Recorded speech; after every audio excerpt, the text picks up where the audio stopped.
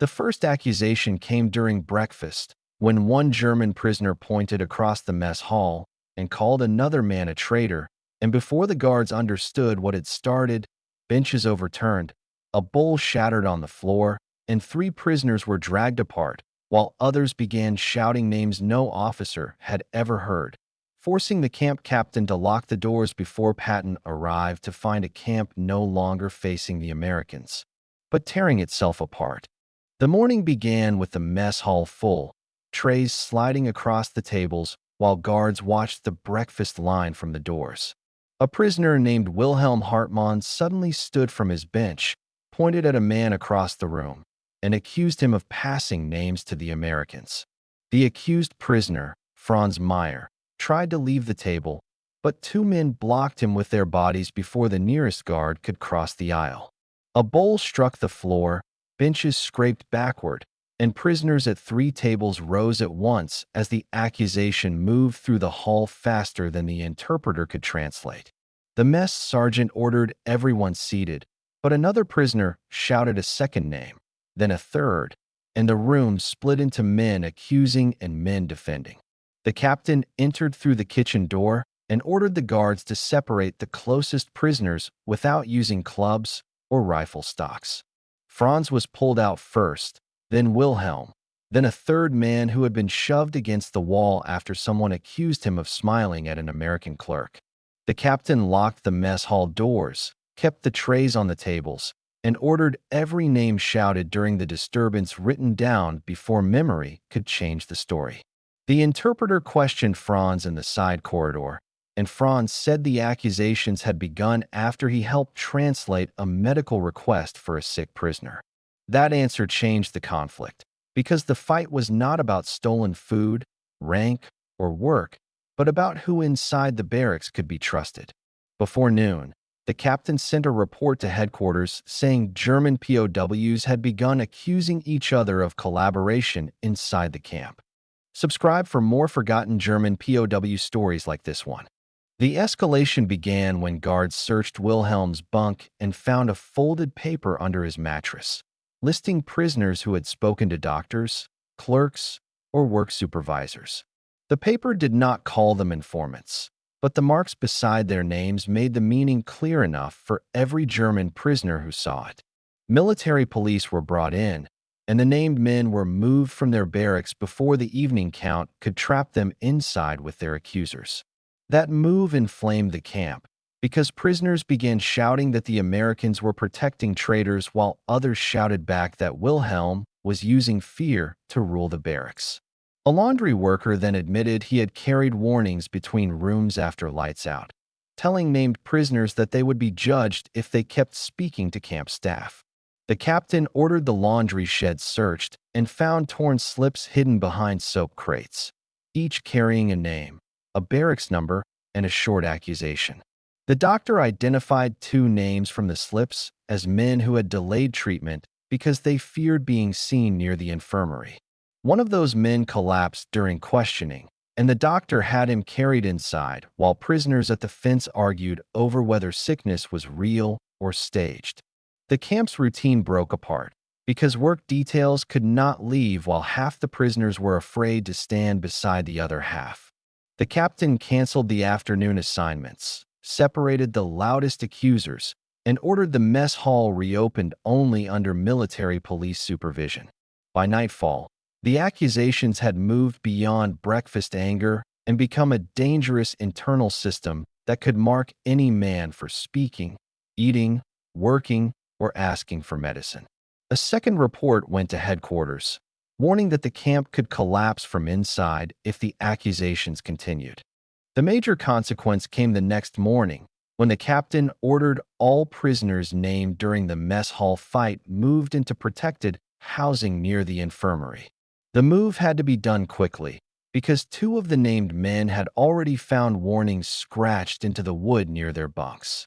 Wilhelm shouted from the yard that protection proved guilt, but military police recorded his words and pushed him back behind a fence line. The captain then created a review table outside the administration shed, where each accusation had to be spoken through the interpreter and tied to evidence, not rumor. The first accusation failed immediately because the man accused of helping Americans had only translated a fever complaint for another prisoner.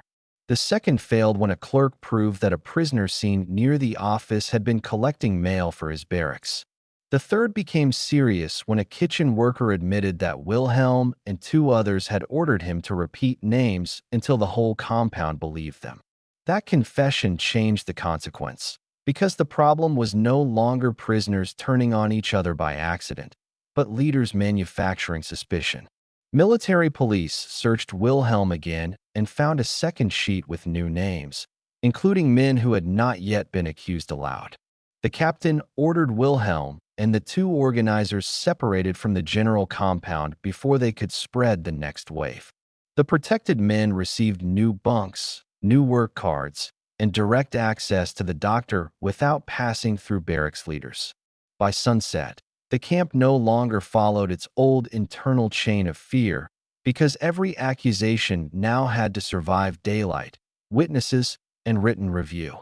The prisoners expected another officer with papers, but Patton's staff car entered the gate before the noon meal and cut across the yard so sharply that guards stepped back from the road. Patton stepped out, took the accusation sheets from the captain, and looked toward the mess hall where the first fight had begun. He did not ask which men were traitors, because he asked who had given prisoners the right to turn a breakfast table into a courtroom. The reversal began when Wilhelm expected Patton to punish the named men, but Patton ordered the protected prisoners brought forward under guard and placed beside the doctor. The interpreter read the accusations one by one, while the captain read the evidence that disproved most of them. Then Patton ordered Wilhelm to face the same men he had named, not to argue, but to hear what his accusations had done to medical treatment, mail collection, and camp work. When Wilhelm claimed he was defending German honor, Patton held up the list and said honor did not need whispers, scratched bunk boards, or frightened sick men hiding from the infirmary. The line was translated into German, and the yard went still because the accusation had been turned back on the accuser. Patton ordered that any prisoner who named another man as a traitor without evidence would be removed from the general compound. He also ordered a sealed complaint route through the infirmary, so prisoners could speak to camp staff without being exposed by barracks leaders.